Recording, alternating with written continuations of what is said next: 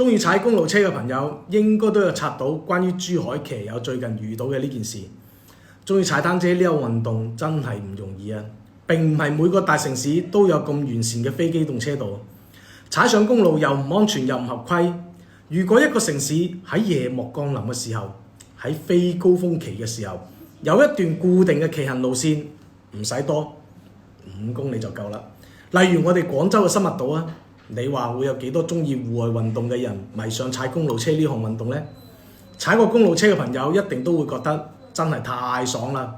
啲汗水同埋多巴胺嘭聲咁流出嚟嘅時候，嗰種體會，無論你日頭有幾多工作煩惱，都瞬間釋放晒啦，焦慮症都會大大降低啊！以前父母嗰輩每日都係用單車代步，而家時代進步咗啦，城市道路規劃今非昔比㗎啦。最後我相信遲早可以實現喺公路上面可以合規咁踩上公路車。貸款揾老煩，包你唔使煩。